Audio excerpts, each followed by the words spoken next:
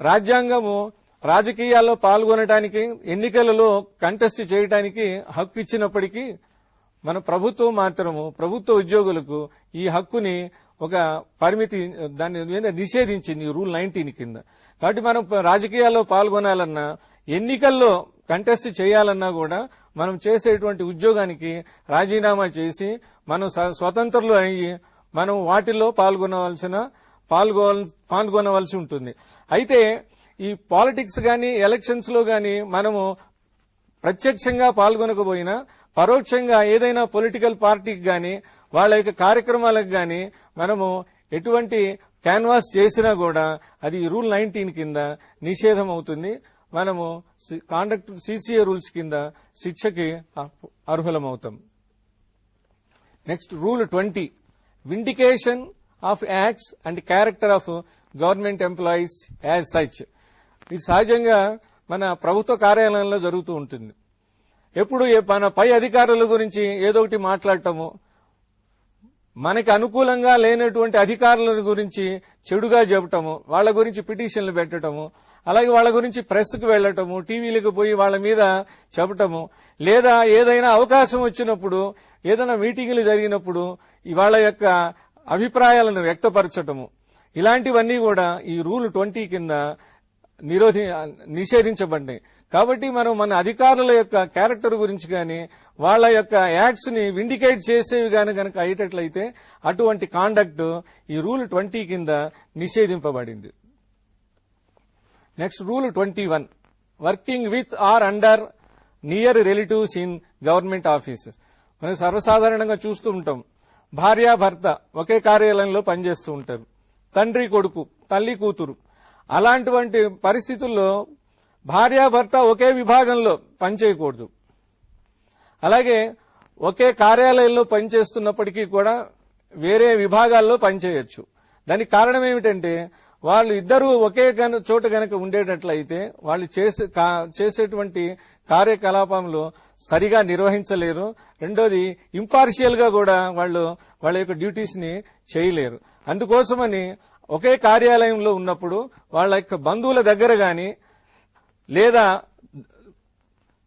కుటుంబ సభ్యులతో గాని కలిసి పనిచేయడం అనేది ఈ రూల్ 21 నిషేధిస్తుంది.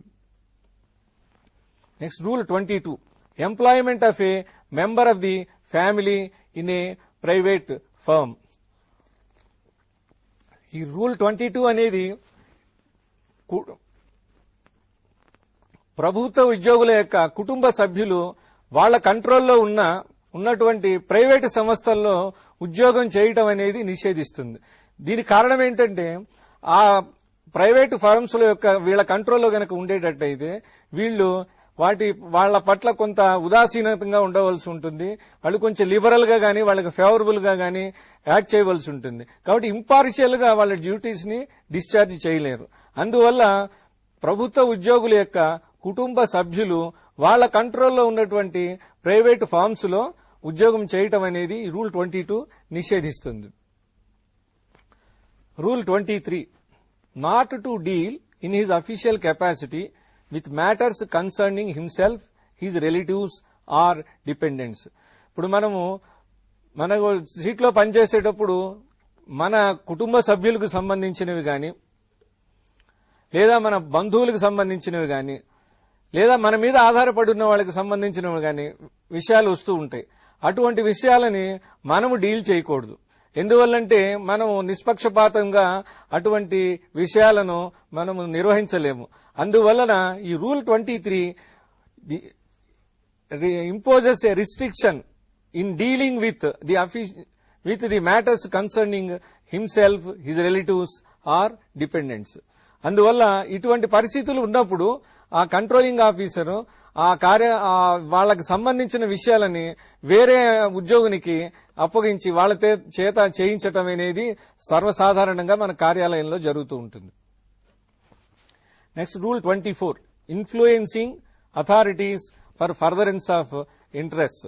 అంటే మన యొక్క పర్సనల్ బెనిఫిట్స్ కోసం అని చెప్పేసి ఇతరుల యొక్క ఇన్ఫ్లుయెన్స్ ఉపయోగించుకోవటం అనేది ఇది సర్వసాధారణంగా జరిగేదంటే ట్రాన్స్ఫర్స్ కోసము లేదా అపాయింట్మెంట్స్ కోసము ప్రమోషన్స్ కోసము మనము political or officials or non officials ద్వారా కొంత ఇన్ఫ్లుయెన్స్ చేయించడం అనేది జరుగుతూ ఉంటుంది. ఈ ఇన్ఫ్లుయెన్స్ చేయించడం అనేది ఈ రూల్ 24 నిషేధిస్తుంది. అలాగే మనం ఏదైనా ఒక దరఖాస్తు చేసుకుంటే మన పై అధికారికి వాళ్ళ దాంతో పాటుగా ఒక ఎమ్మెల్యే లెటరు, ఒక ఎంపీ లెటరు, మినిస్టర్ గారి లెటరు, లేదా వేరే హయ్యర్ అఫీషియల్స్ లెటర్లు గాని ఎంక్లోజ్ చేయటం అనేది ఉంటుంది. దీన్ని కూడా మనం ఇన్ఫ్లుయెన్స్ చేయించడమే అవుతుంది.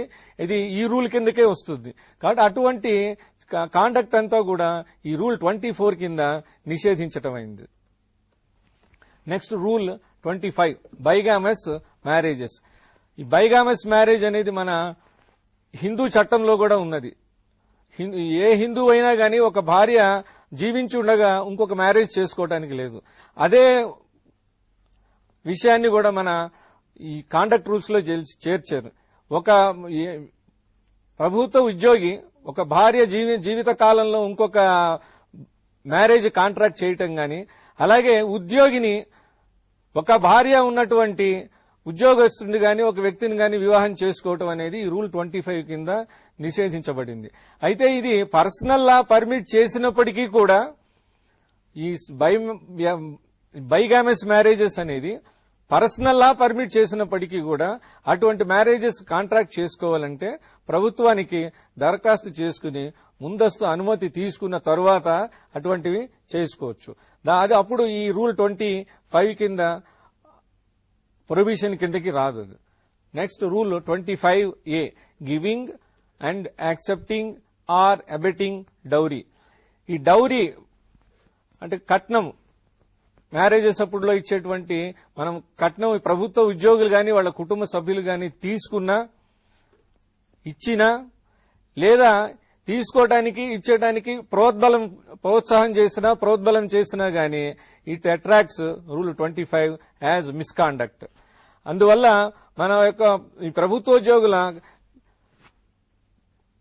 వాళ్ళ యొక్క మ్యారేజెస్ కానీ, పిల్లల యొక్క మ్యారేజెస్ కానీ, వాళ్ళ యొక్క బంధువుల మ్యారేజెస్ కానీ ఈ డౌరీ విషయంలో వాళ్ళు ఎటువంటి చొరవ గాని వాళ్ళ ప్రమేయం గాని లేకుండా ఉండేటట్లయితే ఈ రూల్ 25 కింద ఎటువంటి చర్యకి కూడా వాళ్ళు బాధ్యత తీసుకోవాల్సిన అవసరం ఉండదు.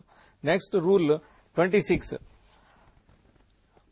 Employees shall not be under the influence of intoxicating drinks or drugs. మనం ప్రభుత్వ కార్యాలయంలో పనిచేసేటప్పుడు ఉద్యోగస్తులు ఎవరు కూడా ఇంటాక్సికేటింగ్ డ్రింక్స్ ప్రభావంలో గాని లేదా డ్రగ్స్ ప్రభావంలో గాని ఉండకూడదు. అయితే మన రాష్ట్రంలో ప్రొహిబిషన్ అనేది లేదు. లేకపోయినప్పటికీ కూడా మనకి ప్రొహిబిషన్ ఎత్తేశారు కాబట్టి we are citizens of state, therefore we are entitled for this అంటే ప్రభుత్వం మాత్రము ఈ రూల్ 26 కింద ఈ నిషేధాన్ని ఇచ్చింది. కాబట్టి ఈ రూల్ 26 కింద employees should not under the influence of intoxicating drinks and drugs during their course of employment. అంతేకాకుండా వీళ్ళు పబ్లిక్ ప్లేసెస్ లో కూడా ఈ ఇంటాక్సికేటింగ్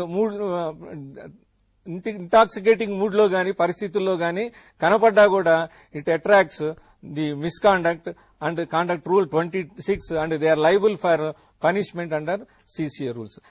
మనకి ఈ రకంగా ఈ సిసిఏ రూల్స్ లో అనేక రకాలైనటువంటి విషయాలున్నాయి. ఎంప్లాయీగా మనము ఏవి చేయాలి, ఏవి చేయకూడదు, ఇప్పుడు ఆ విషయాల గురించి మనము తెలుసుకున్నాము. అయితే ఈ రకంగా గనక ఏదైనా మిస్కాండక్ట్ వచ్చినప్పుడు దీన్ని ఏ రకంగా కంట్రోల్ చేయాలి, మనము ఏ రూల్స్ కింద ఈ మిస్కాండక్ట్ ని కంట్రోల్ చేయాలి అనేటువంటి విషయాల్ని AP civil service CCA rules 1991 కింద వేరే ఉన్నటువంటి వివిధ అంశాలని ఇప్పుడు మనము తెలుసుకుందాం.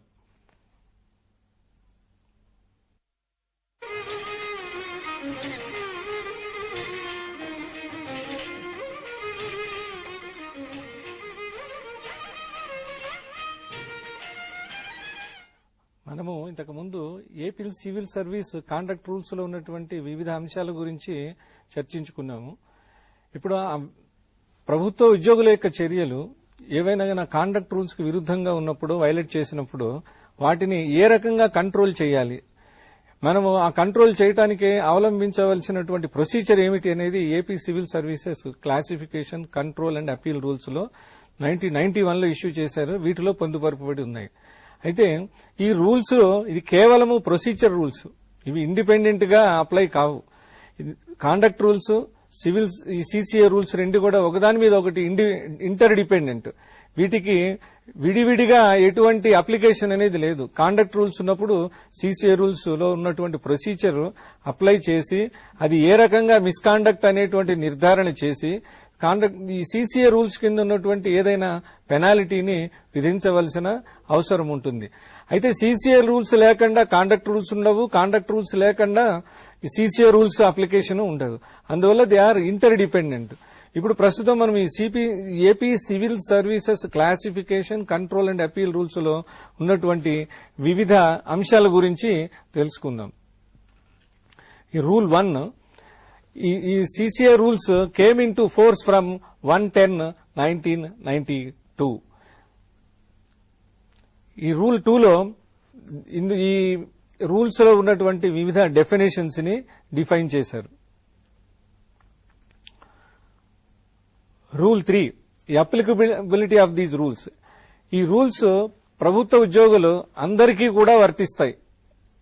కానీ persons working in casual employment, persons subject to discharge from service on less than 1 month notice, members of all India services, ఈ 3 కేటగిరీలు సంబంధించినటువంటి ఉద్యోగస్తులకి ఇవి వర్తించవు. ఈ సీసీఏ రూల్స్ లో మన ప్రభుత్వ ఉద్యోగులందరినీ కూడా క్లాసిఫై చేశారు. ఇది నంబర్ 1 స్టేట్ సర్వీసెస్, రెండోది subordinate services. Rule 6, the state services consist of services specified in schedule 1. అలాగే the subordinate services consist of services specified in schedule 2. ఈ రూల్ 4 కింద governor May exclude holder of any post from the operation of these rules by notification published in AP gazette. అంటే ఈ rules ఈ employees గాని ఈ పోస్టులకు గాని వర్తించవు అని గవర్నర్ కి అధికారాలు ఉన్నాయి. కాబట్టి ఆ అధికారాలని వినియోగించుకుని ఇవి ఏ పోస్టులకైతే వర్తించవు అనేటువంటి విషయాన్ని ఏపీ గెజెట్ లో పబ్లిష్ చేయవలసిన అవసరం ఉన్నది. రూల్ 5 to 7, మనం ఇందాక అనుకున్నట్టు the services are classified into state services included in schedule 1 under rule 6, the subordinate services included in schedule 2 under rule 7. Next, rule 8. ఈ rule 8 చాలా important. It deals with suspension. Suspension అంటే మన ప్రభుత్వ ఉద్యోగులందరికీ కూడా తెలుసు. ఎవరైనా గాని ఏదైనా మిస్కాండక్ట్ కి పాల్పడినప్పుడు ఆ మిస్కాండక్ట్ దాన్ని కొంతవరకు నిరోధించడానికి అధికారులు చేసేటువంటి మొట్టమొదటి ప్రయత్నం ఏమిటంటే ఆ ఎంప్లాయీని సస్పెండ్ చేయటం. ఆ సస్పెండ్ చేయటం వలన ఆ ఎంప్లాయీ ఆ మిస్కాండక్ట్ ని మళ్ళీ ఫర్దర్ గా చేయకుండా నిరోధించవచ్చు అనమాట. అయితే ఈ సస్పెన్షన్ అనేది ఎంప్లాయీస్ ని ఏ పరిస్థితుల్లో చేయవలసి ఉంటుంది, సస్పెండ్ చేయవలసి ఉంటుంది అనేది ఈ రూల్ 8 కింద చెప్పారు. ఇదేంటంటే first employee may be placed under suspension from service. Number 1, where a disciplinary proceedings is contemplated or pending. ఏవైనా గనక క్రమశిక్షణా చర్య తీసుకోవాలి అని నిర్ణయం తీసుకున్నప్పుడు గాని లేదా చర్య ప్రారంభించి అవి పెండింగ్ లో ఉన్నప్పుడు గాని ఎంప్లాయీని సస్పెండ్ చేయవచ్చు. When engaged in activities ప్రిజుడిషియల్ to the interest of the security of the state. ఏవైనా సెక్యూరిటీకి మన స్టేట్ సెక్యూరిటీ గాని నేషనల్ సెక్యూరిటీకి గాని ఏదైనా ఇంట్రెస్ట్ కి ప్రిజుడిషియల్ గా ఉండేటువంటి యాక్టివిటీస్ గనక చేసేటట్టుంటే అటువంటి పరిస్థితుల్లో ఎంప్లాయీని సస్పెండ్ చేయవచ్చు. Where a case in respect of any criminal offence is under investigation, enquiry or trial. ప్రభుత్వోద్యోగులు కేవలము మన విధులలోనే కాకుండా వాళ్ళ నిత్య జీవితంలో కూడా కొన్ని సందర్భాల్లో ఈ క్రిమినల్ అఫెన్సెస్ లో ఇన్వాల్వ్ అవటం గానీ లేదా వాళ్ళని ఇన్వాల్వ్ చేయటం గానీ జరుగుతుంది. అటువంటి పరిస్థితుల్లో వాళ్ళ మీద గనక ఏదైనా క్రిమినల్ అఫెన్సెస్ అవి బుక్ చేసి ఆ కేసులు గనక ఇన్వెస్టిగేషన్ లో ఉన్నా, ఎంక్వైరీలో ఉన్నా, ట్రయల్ స్టేజ్ లో ఉన్నా గానీ అటువంటి ప్రభుత్వ ఉద్యోగులను కూడా సస్పెండ్ చేయవచ్చు. A government servant shall be deemed to have been placed under suspension. ఇప్పటి వరకు ఏంటంటే మనం ప్రభుత్వ ఉద్యోగుల్ని సస్పెండ్ ఏ పరిస్థితుల్లో చెయ్యాలి అని చెప్పి తెలుసుకున్నాం. ఇప్పుడు already deemed to have been placed under suspension అంటే వీళ్ళు ఏదైనా ఒక చర్య జరిగి ఉన్నప్పుడు ఆ చర్య జరిగిన డేట్ నుంచి సస్పెన్షన్ లోనే ఉన్నట్టు భావించినట్టు ఉత్తర్వులు జారీ చేయటం అన్నమాట. దీని కింద ఏ పరిస్థితుల్లో అంటే with effect from the date of his detention if he is detained in custody whether on criminal charge or otherwise for a period exceeding 48 hours. ఏదైనా ఒక క్రిమినల్ కేసులో అతను ఇన్వాల్వ్ అయ్యుండి క్రిమినల్ ఛార్జ్ గాని ప్రొసీడింగ్స్ గాని పెండింగ్ ఉన్నప్పుడు అతని 48 గంటలకు మించి పోలీస్ కస్టడీలో గాని డిటెన్షన్ గాని అయ్యున్నట్లయితే ఆ ఎంప్లాయీ ఏ టైం నుంచి అయితే ఏ రోజు నుంచి అయితే ఆ పోలీస్ డిటెన్షన్ లో ఉన్నాడో ఆ రోజు నుంచి డీమ్డ్ సస్పెన్షన్ కింద ఉంచవలసి ఉంటుంది.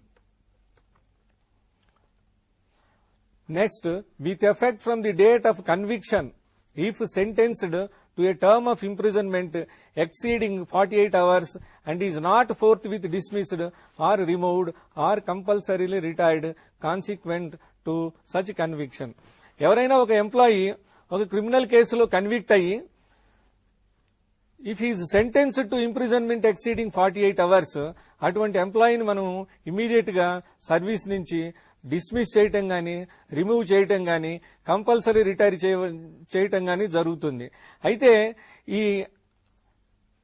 ఇంప్రిజన్మెంట్ సెంటెన్స్ ఇచ్చిన తరువాత ఈ డిస్మిసల్ గాని రిమూవల్ గాని కంపల్సరీ రిటైర్మెంట్ గాని చేయటం ఆలస్యమైనప్పుడు అతను ఏ టైం నుంచి అయితే ఇంప్రిజన్మెంట్ 48 అవర్స్ కి మించి ఆర్డర్ చేయబడ్డాడో ఆ డేట్ నుంచి మనం డీమ్డ్ సస్పెన్షన్ కింద అతన్ని ఉంచవలసిన అవసరం ఉంటుంది. కాదు ఇటువంటి కేసుల్లో ఎంప్లాయీ కన్విక్ట్ అయినప్పుడు మాత్రమే అతనికి ఇంప్రిజన్మెంట్ శిక్ష విధించడం జరుగుతుంది. కాబట్టి ఆ శిక్ష విధించి 48 గంటలకు మించి గనక శిక్ష విధించడం జరిగితే ఆ టైం నుంచి ఆ ఎంప్లాయీని డీమ్డ్ సస్పెన్షన్ కింద ఉంచవలసి ఉంటుంది. The order of suspension ceases to be operative as soon as criminal proceedings are terminated.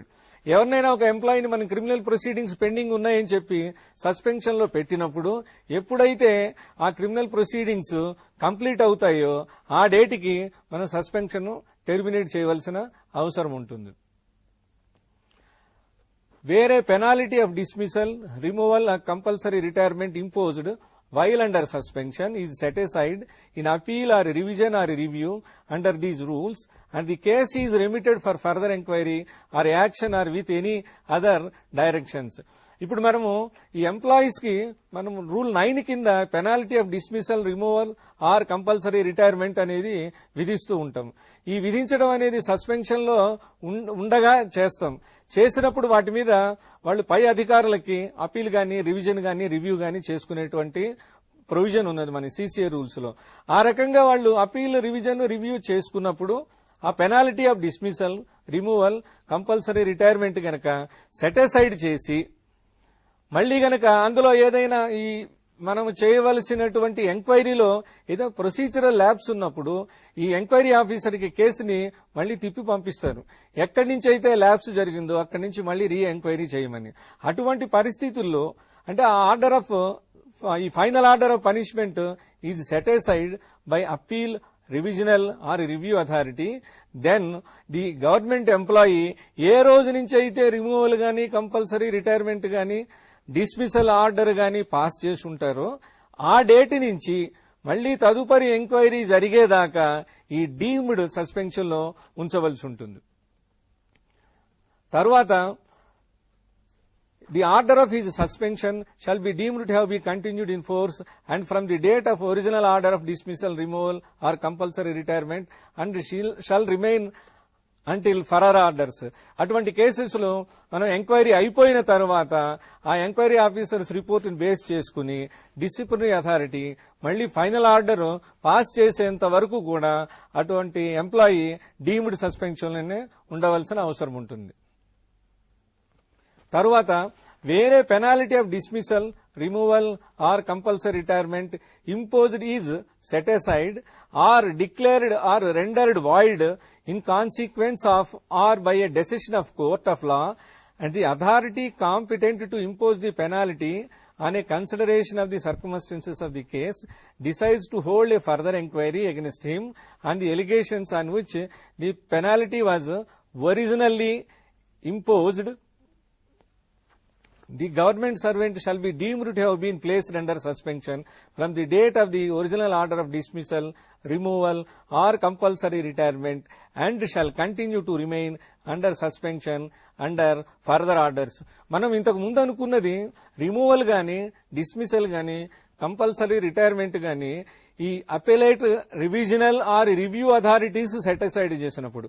కానీ ఈ ప్రస్తుతం ఉన్నటువంటి ప్రొవిజన్ ప్రకారము ఈ రిమూవల్ ఆర్డర్ గాని, డిస్మిసల్ ఆర్డర్ గాని, కంపల్సరీ రిటైర్మెంట్ ఆర్డర్ గాని కోర్టు ఇంటర్ఫీర్ అయ్యి సెట్ అసైడ్ చేసి మళ్లీ ఏదైనా టెక్నికల్ గ్రౌండ్స్ మీద ఈ ఎంక్వైరీలో తప్పు జరిగింది అని గనక రెమిట్ చేసినట్టయితే అటువంటి పరిస్థితుల్లో ఆ ఎంప్లాయీని డీమ్డ్ సస్పెన్షన్ కింద ఉంచవలసి ఉంటుంది. అది ఎప్పటి నుంచి అంటే యాక్చువల్ గా అతను డిస్మిసల్ గాని, రిమూవల్ గాని, కంపల్సరీ రిటైర్మెంట్ ఆర్డర్ ఇష్యూ చేసి ఏ రోజునైతే అతన్ని సర్వీస్ నుంచి రిలీవ్ చేస్తారో ఆ డేట్ నుంచి తదుపరి మళ్లీ ఎంక్వైరీ జరిగి ఫైనల్ ఆర్డర్స్ పాస్ చేసేంత వరకు కూడా ఆ ఎంప్లాయీని డీమ్డ్ సస్పెన్షన్ కింద మనము కంటిన్యూ చేయవలసి ఉంటుంది.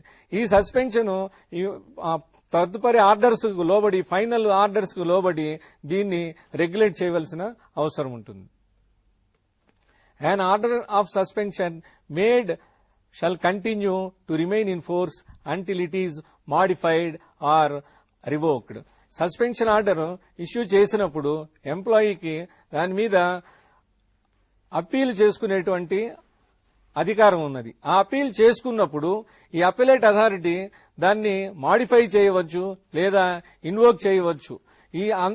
ఆ మాడిఫైడ్ డేట్ వరకు గాని, రివోక్ చేసి రీఇన్స్టేట్మెంట్ చేసేంత వరకు గాని ఇచ్చినటువంటి సస్పెన్షన్ ఆర్డర్ అమల్లో ఉంటుంది. Suspension can be resorted even if the offence for which he is charged does not have a bearing on the discharge of his official duties. అంటే మనము ప్రభుత్వ కార్యకలాపాలకు సంబంధించినటువంటి తప్పులు చేసినప్పుడు మాత్రమే సస్పెండ్ చేయాలి అనేటువంటి ప్రభుత్వ ఉద్యోగుల వాదన. కానీ ప్రభుత్వ ఉద్దేశం ఏంటంటే మనము దైనందిన జీవితంలో కూడా మనం మంచి కాండక్ట్ మెయింటైన్ చేయవలసినటువంటి బాధ్యత ఉన్నది. కాబట్టి మనం ప్రైవేట్ లైఫ్ లో కూడా ఏవైనా తప్పులు చేసి ఉంటే, ఏమైనా అఫెన్స్ కమిట్ చేసి ఉంటే వాటికి కూడా మన ప్రభుత్వం మనల్ని ఈ కాంట్రాక్ట్ రూల్స్ కింద సస్పెండ్ చేయవచ్చు. కాబట్టి ఇది కేవలము అఫీషియల్ డ్యూటీస్ కి సంబంధించి మాత్రమే సస్పెండ్ చేయవలసిన అవసరం లేదు. మన ప్రైవేట్ లైఫ్ లో కూడా మనం ఏ పనులైతే చేయకూడదు అని చెప్పి కాండక్ట్ రూల్స్ నిర్దేశించినాయో ఆ నిర్దేశాలకు లోబడి కూడా మనల్ని ఈ రూల్ కింద సస్పెండ్ చేయొచ్చు. తర్వాత an employee trapped by ACB or where disproportionate assets are detected is liable to be kept under suspension. ఇవి ACB అథారిటీస్ మన ఎంప్లాయీస్ కి మీద రైడ్ చేసి రెడ్ హ్యాండెడ్ గా పట్టుకుని మన డిపార్ట్మెంటల్ కి రిపోర్ట్స్ పంపిస్తారు. అటువంటి కేసుల్లో రిపోర్ట్ అందిన వెంటనే ఆ ఎంప్లాయీని కాంపిటెంట్ అథారిటీ సస్పెండ్ చేయవలసి ఉంటుంది. అలాగే ఈ డిస్ప్రొపోర్షనేట్ assets are detected when the departments receive a report from the ACB authorities to that effect, such employee is liable to be kept under suspension. కాబట్టి ఈ రెండు కేసుల్లో కూడా గవర్నమెంట్ ఎంప్లాయీని సస్పెండ్ చేయవలసిన అవసరం ఉన్నది. తర్వాత the format of suspension is prescribed in GOMS number 411 dated 27/1993 as amended in GOMS number 296. అయితే గవర్నమెంట్ ఈ ఒక ఫార్మేట్ ని సస్పెండ్, ఎవరినైనా ఒక ఎంప్లాయీని సస్పెండ్ చేయాలంటే ఆ ఆర్డర్ కి ఒక ఫార్మేట్ అనేది ఇచ్చింది. దీనికి కారణం ఏమిటంటే ఈ సస్పెన్షన్ ఆర్డర్ ఈ అథారిటీస్ వాళ్ళు ఇష్టం వచ్చినటువంటి ఫార్మేట్ లో ఇవ్వటం, లీగల్ రిక్వైర్మెంట్ అందులో పొందుపరచకపోవటం వల్ల ఈ సస్పెన్షన్ ఆర్డర్స్ అన్ని కూడా ఈ న్యాయస్థానాలు, ట్రిబ్యునల్స్ కూడా ఇంటర్ఫీర్ అయ్యి వాటిని సెటిసైడ్ చేస్తుంది. ఈ సెటిసైడ్ చేసినందువల్ల ఆ మిస్కాండక్ట్ ఉన్నటువంటి ఎంప్లాయీస్ మళ్లీ సర్వీస్ లోకి వచ్చి they are continuing such misconduct. అందువల్ల టు అవాయిడ్ దట్ గవర్నమెంట్ ఏం చేసిందంటే ఒక prescribed format to suit the legal requirement, framed it and issued in GOMS number 411 dated 27/1993, and subsequently it was amended in GOMS number 296 GAD dated 14/10/1996. కాబట్టి suspension అనేది issue చేసినప్పుడు ఆ competent authorities ఈ format లో మాత్రమే చేయాలి. ఈ ఫార్మేట్ లో గనక సస్పెన్షన్ ఆర్డర్ ఇష్యూ చేస్తే ఎటువంటి లీగల్ కాన్సిక్వెన్సెస్ కూడా రావు. హైకోర్టు గాని, ట్రిబ్యునల్స్ గాని అటువంటి ఉత్తర్వుల్లో ఇంటర్ఫియర్ అయ్యి ప్రస్తుతం స్టే చేయటం గాని, సెటిసైడ్ చేసేటువంటి పరిస్థితులు గాని రావు. Suspension is desirable in the following cases. ఏ కేసుల్లో సస్పెన్షన్ చేయాలి? ఇప్పుడు మన ప్రభుత్వ ఉద్యోగుల యొక్క మిస్కాండక్ట్ గురించి ఇంతకు ముందు తెలుసుకున్నాము. ఏ పరిస్థితుల్లో ఏ మిస్కాండక్ట్ ఉన్నప్పుడు గవర్నమెంట్ ఎంప్లాయీని సస్పెండ్ చేయవలసిన అవసరం ఉన్నది అనేది ఈ కింది కేసులు. Any offence or conduct involving moral turpitude. ఏదైనా అఫెన్స్ గాని, కాండక్ట్ గాని మోరల్ టర్పిట్యూడ్ ఇన్వాల్వ్ అయ్యేటటువంటి కాండక్ట్ అయితే such employee should be placed under suspension. Next, corruption, embezzlement or misappropriation of government money, possession of disproportionate assets, misuse of official power for personal gains. ఇవన్నీ చాలా clear గా ఉన్నాయి. ఈ corruption cases లో, misappropriation cases లో, possession of disproportionate assets లో, misuse of official power, ఇటువంటి cases లో కూడా ఎంప్లాయీస్ ని సస్పెండ్ చేయవలసిన అవసరం ఉంటుంది. Serious negligence and dereliction of duty resulting in loss to government. Serious negligence, అశ్రద్ధ, డెర్లిక్షన్ ఆఫ్ డ్యూటీ, నిర్లక్ష్యం, ఈ రెండు గనక ఉండి ఏదైనా ప్రభుత్వ ఆస్తులకు ఏదైనా నష్టం కలిగించేటట్లుంటే అటువంటి పరిస్థితుల్లో కూడా ఎంప్లాయీని సస్పెండ్ చేయవలసిన అవసరం ఉంది. డెజర్షన్ ఆఫ్ డ్యూటీ, ఎటువంటి అసలు కనీసము ఇన్ఫర్మేషన్ కూడా లేకుండా ప్రభుత్వ విధుల నుంచి ఆబ్సెంట్ అవటం అనమాట ఈ desertion of duty for a long period. అటువంటి కేసెస్ లో కూడా వాళ్ళకి మనము లీవ్ లో కొనసాగించి కంటే వాళ్ళని సస్పెండ్ చేసి ఈ సీసీఏ రూల్స్ కింద మనము చర్య తీసుకుని వాళ్ళకి డిస్మిసల్ గాని లేదా రిమూవల్ ఆర్డర్ గాని పాస్ చేయవలసిన అవసరం ఉంటుంది. Next, refusal or deliberate failure to carry out written orders of superior officers. పై అధికారుల యొక్క రిటర్న్ గా ఇచ్చినటువంటి ఆర్డర్స్ ని డెలిబరేట్ గా రిఫ్యూజ్ చేయటం లేదా అసలు వాటిని పాటించకపోవటం, ఈ రెండు విషయాల్లో కూడా ఎంప్లాయీని సస్పెండ్ చేయవలసిన అవసరం ఉంటుంది.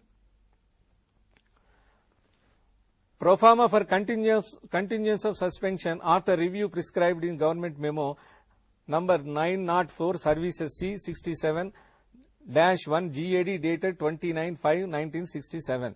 అయితే ఈ మనము సస్పెండ్ చేసినటువంటి ఎంప్లాయీని ఎంతకాలం సస్పెన్షన్ లో ఉంచాలి? ఇనీషియల్ గా మనం 6 months ఉంచాలి. ఈ 6 months తర్వాత 6 నెలలకు ఒకసారి ఆ సస్పెన్షన్ లో రివ్యూ చేయవలసి ఉంటుంది.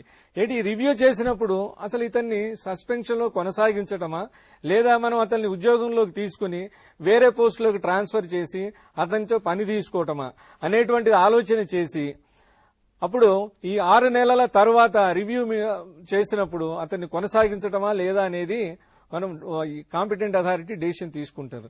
తీసుకున్నప్పుడు ఈ కంటింజెన్స్ అప్పుడు ఈ సస్పెన్షన్ ఆఫ్టర్ రివ్యూ ఈ ప్రోఫార్మాలో అతనికి ఆర్డర్స్ ఇవ్వవలసిన అవసరం ఉంటుంది. A review of suspension has to be undertaken at intervals of 6 months as per GOMS number 578 dated 31/12/1999. ఈ జీవో ప్రకారము సస్పెన్షన్ అనేది 6 నెలలకు ఒకసారి రివ్యూ చేయవలసిన అవసరం ఉంటుంది. The authority which made the suspension can revoke the suspension at any time. ఈ suspension ఎవరైతే సస్పెన్షన్ ఆర్డర్ ఇస్తారో అదే అథారిటీ దాన్ని రివోక్ చేసి ఎంప్లాయీని రీఇన్స్టేట్ చేయవచ్చు. రివ్యూ అనేది ఏ అథారిటీస్ ఎప్పుడెప్పుడు చేయవచ్చు అనేది. Suspension orders issued for first level officers, first level gazetted officers. ఈ ఫస్ట్ లెవెల్ గెజెటెడ్ ఆఫీసర్స్ కి regional officers are the appointing authority. కాబట్టి వాళ్ళు గనక సస్పెన్షన్ ఆర్డర్ ఇష్యూ చేసి ఉంటే వాళ్లే ఫస్ట్ రివ్యూ చేయొచ్చు. Second and subsequent reviews should be taken up by HODs. ఒకవేళ రీజనల్ ఆఫీసర్స్ లేకుండా, రీజనల్ ఆఫీసర్స్ లేనటువంటి పరిస్థితిలో ఫస్ట్ లెవెల్ గెజిటెడ్ కి, సెకండ్ లెవెల్ గెజిటెడ్ కి హెచ్ఓడీస్ అపాయింటింగ్ అథారిటీ అయినప్పుడు